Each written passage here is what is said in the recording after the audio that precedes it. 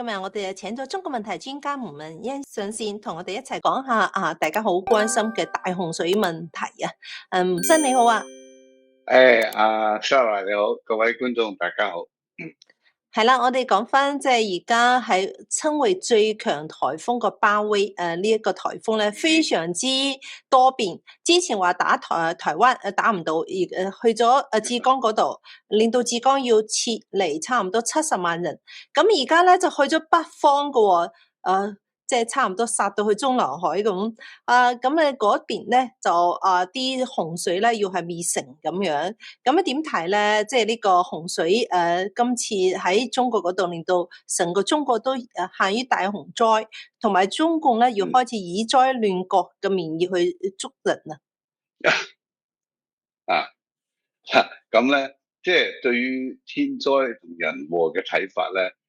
中國人自古以來咧，就認為咧，唔係一種偶然嘅現象咧，係即係天地人係有關聯嘅。中國人講話天時地利人和係嘛，咁即係話已經講明咧，天地人三者係有關係，即係喺世上發生嘅事好可能係同天上發生嘅事有關係嘅。咁另外一種大家都可能都聽過嘅古人嘅講法，叫做人人重德泰國泰民安，人不重德天災人禍，係嘛？咁好多可能而家嘅人咧認為咧唔夠科學咁啊，但係咧我諗咧我哋要謙虛一啲，因為西方嘅科學係有西方科學嘅講法佢嘅研究發展路線咧係同中國古代科學嘅發展路線唔一樣，所以佢哋發現到嘅事情咧亦都唔一樣。咁就唔等於話咧某一個係錯嘅，某個係對嘅，兩個都可能係啱嘅，係嘛？但係咧有啲咧係你走條路唔同嘅時候咧，你又永遠唔會睇到呢個原因。咁喺中國古代嘅科學咧，一直係好重視天地人三者嘅關係有人同我講話，點解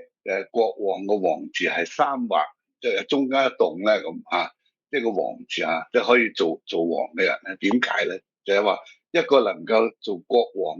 做國王嘅人咧，佢係應該能夠將天地人連埋一齊所以個字即係咁樣寫。最高嘅一畫咧係代表天，最低嘅畫代表地，中間嗰個畫代表人天地人。咁中間有一棟嘅，就係你能夠將天地人都連埋一齊係天人合一嘅時候咧，你就係一個可以做一個好好嘅皇帝嘅人才啦咁我諗咧呢啲講法咧係有道理嘅有道理嘅。咁尤其是